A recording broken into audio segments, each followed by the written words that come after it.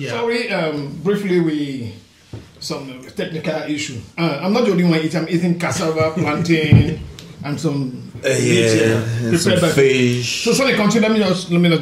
Yeah, let me sum it up real quick with what I was saying though, right? Because the whole topic is about speaking basically what would be considered your mother tongue, and my whole reason why I was bringing those terminologies up, because there is something that Black Americans were speaking during slavery. It's called the Tut language or Tutnese. A lot of people may not know about it, but this was a language that Black Americans used to communicate with each other in secrecy. And one of the things that I've learned from my brothers, you know what I mean, is that y'all have so many different, most of y'all speak like at least 3 or 4 different languages, but y'all have a mother tongue to your tribe or whatever. And you can utilize that as well as utilizing like what brothers was pushing forward, brothers and sisters, the option of Swahili as something where continentally y'all can speak that and then y'all can still move, but it has to be in a way that is effective for you and yours, which are Black people. And I'm gonna end it with that. Okay, That's right. let me come to you. Yeah. How do you think? How do you think this is going to be effective for us as Africans? How does it affect us? How does it make us look internationally if our leaders are speaking in our own mother tongue? That would be so great. And if our leaders they speak in our mother's tongue here in Europe, our ancestors they will be with them, and that one will make us also to grow like the Europeans. We should not forget our mother's tongues, because that one make to recognize where we come from and where we are going to. So with that, our mother's tongue, we cannot go nowhere without speaking without speaking indigenous language. Yeah. But Fab, there's something again that people when you talk about African leaders, speaking their dialect, then people come with this confusion saying Africa has so many languages. How do you choose one of those languages for the leader to speak?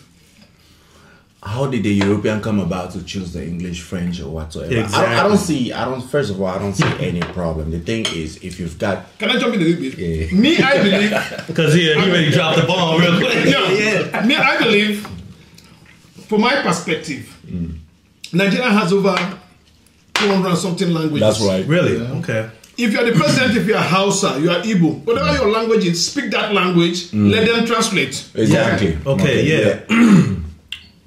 you're very right with that, but also we fail to understand that even in Asia or in China, for example, they also have dialects. Part of the Mandarin, a part of the Chinese that they speak. They have some other dialects that they speak there. You understand? But they have come to a conclusion that, okay, this is our national language. You understand? And I pick China because, we're already done with America or Britain. We're picking something that is close to the new superpower, right? They also have diverse languages, right? They have dialects. They have, I don't even know how we can count them. And there are so many too, right? But some way, somehow, we don't even hear or notice them. Why? Because they are not in that struggle of communication, right? So the problem is now that in Africa, it's all about choosing, but how do we choose is the problem. But the main factor here now is that our leaders, they could be from any tribe. I want. Please talk to the camera because I want them to feel your space. Saying it. No, it's deep. But no. First of all, I really love you know how much we love talking together like this. So we always roll like this, And once you're around, there is no way I can talk to the camera. because at one point I have to catch some like, are you listening? I feel you. I know. First of all, we can deny certain facts. You understand, because when the information is accurate, when the layman can understand it, then we can walk faster as exactly. Yeah, that's a fact. So mostly, like he rightly said, when our leaders are speaking in a foreign tongue, to me, they're not speaking to their own people. The people who have, you know, put them on that position. They're actually speaking now to, since as they're already beggars. We know that most of our politicians, you know, they have to speak French, English, Portuguese, Spanish somewhere so that they can borrow money. I mean, you can't come to my bank and expect to borrow money and speak your language and expect me to follow up. So we have a lot of deficit. But bringing it back to our own system, why do we not try to speak like our governments addressing his own nation? It's not an international thing, because what actually brought this conversation was because in New York, when they go to the United Nations, most of those summits, right, they'll be struggling with English there, and I tell you, it's a huge challenge. Can I tell you? Do you think words have more power and more in depth when you're speaking from a place you know? Of course. Can we all speak? Yeah. No, come in. I already had some minutes. Because, you know, let me tell you about one experience I had here. I was just having a conversation with a Turkish man. This was yesterday. And he said something very important to me that, and now listen to this, even though we were both speaking English at that moment, he told me, he said, you know, with Germans, he said, hey, you might have more of a time struggling here in Germany. If you speak to a German and you struggle with the language, they won't respect you. But if you speak with English, then they're going to respect you. And I understand why he said that, because when I speak English, I'm speaking from my heart. It's not so much that I'm speaking English, I'm speaking in a way that I know, so I'm using the words to get my point across. You know? And so he was basically what he was telling me, funny enough, a Turkish dude, but he was being real to me. He was like, yo man, speak your language. He said, your language is, you know, English, and that's what you know how to express yourself with. So now, coming back and bringing that to this point, if English is not your language, are you really speaking from your heart? And that's what I'm saying. It has to be that, you know, the people of Africa, the leaders of Africa, need to speak with their heart. But one question again.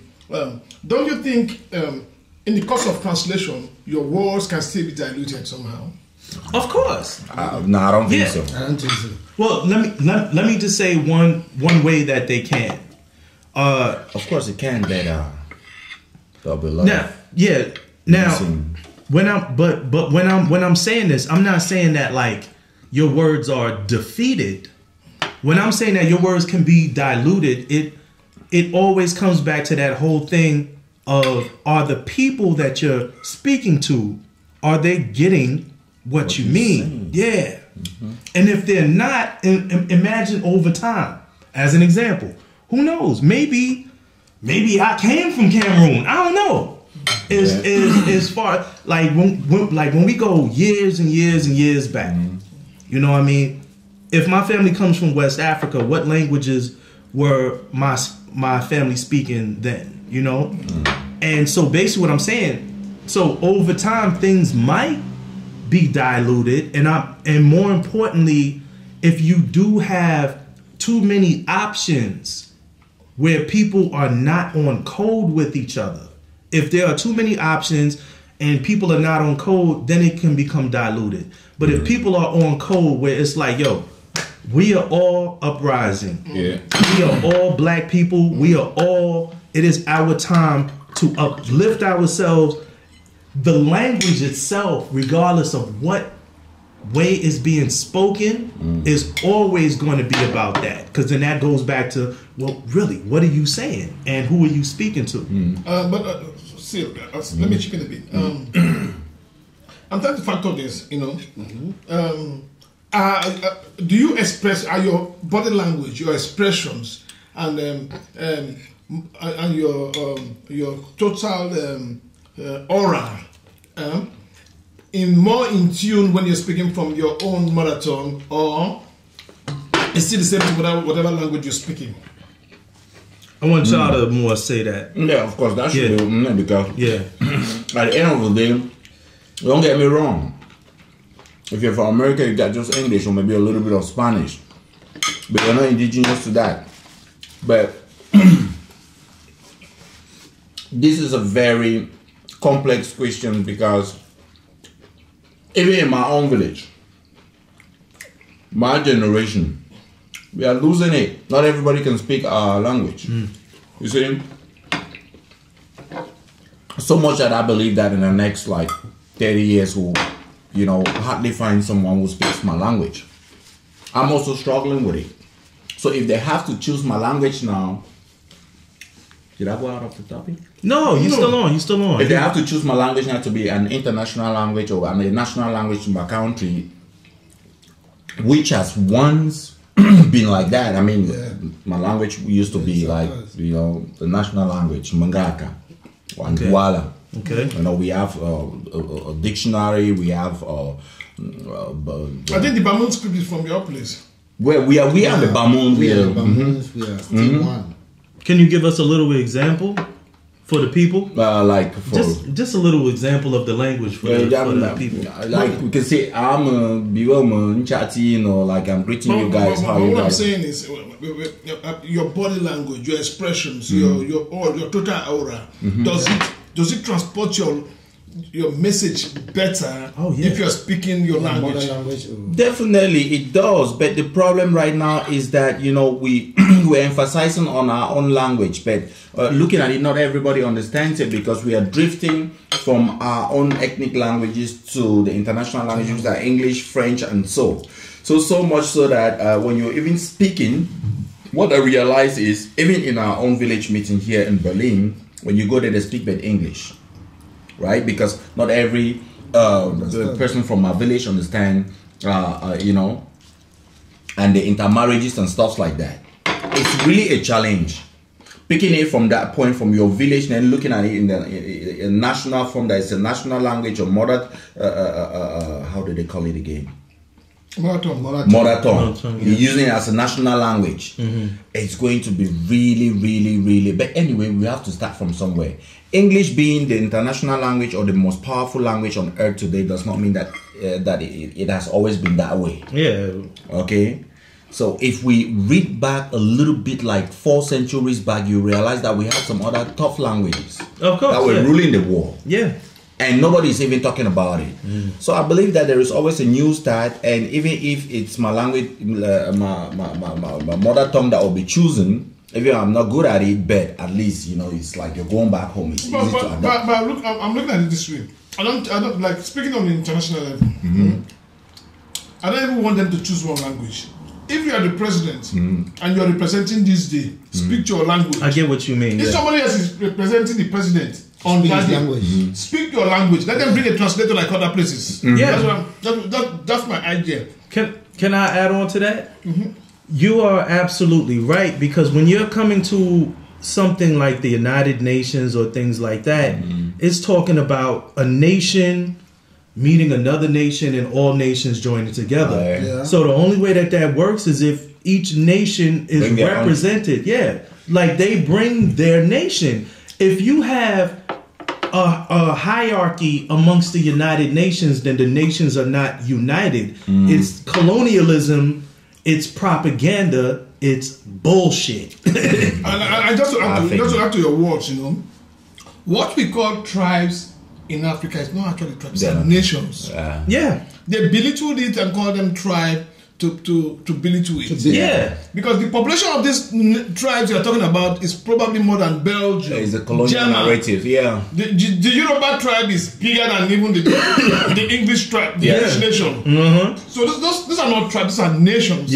But they kind of belittle it to make them to fit their own narratives. Yes. And with that come all our facts is, you know, we can't even, you know, see how we're struggling to even say, yes, they can choose our language. We cannot even say that boldly because we have been pressed down even as human beings, not even to talk about our language or our culture. So you see, it's so hard for us to work that out. But on my mind, I know that it's possible to choose an African language that all Africans, they are going to identify themselves with that. Because best to me, I understand that we have the Bantus and the Tikas that makes like the, you know, it's the complete Africa. Now we have sub-tribes, we have that and that, but you know, they are all coming from the same tree. Language tree. Yeah. From the same language tree, you understand? But because of the colonial, you know. I don't see the diversity in languages as a bad thing. It's not beautiful. It's not, yeah. I mean, no. See, it's beautiful, but at one point it divides, you know, in a negative way. I understand what you're saying too. Yeah. So because you see, just imagine that we have, for example, in my state where I come from, Bamenda, right? We'll have like two, you will say different villages. They are actually one village, and this village is not even a main village; it's like a sub village. But because the colonial master came and made this a district or division.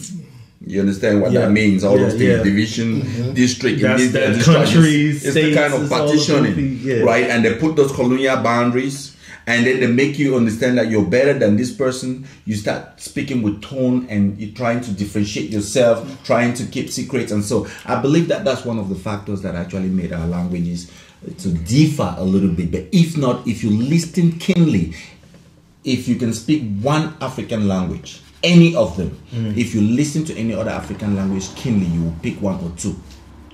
Okay, yeah, of course. Thank you very much. I'll leave this language issue at that. Thank you very much. I want to hear your opinion. If you have seen this, I know you're going to see this video. Not if you see this video. Let's see from your opinion. This discussion should continue online. We want to discuss: should African political leaders be speaking in their mother tongues when they go to these international affairs, and have translators translate? Let them pay for the translators. Let them pay for it. It's difficult because if you realize it, you know why I didn't mention political leaders, because most of them they are more colonized than us. Most of them can't even understand any word in any African language. Very few of them. We get to that. That should be our next topic. So if you if you have an opinion on this, or please leave a comment, leave a like, subscribe to this channel, share this video. Because they're not Let's get this anyway. discussion going on. You're right. And so keep watching Afrobizgermany.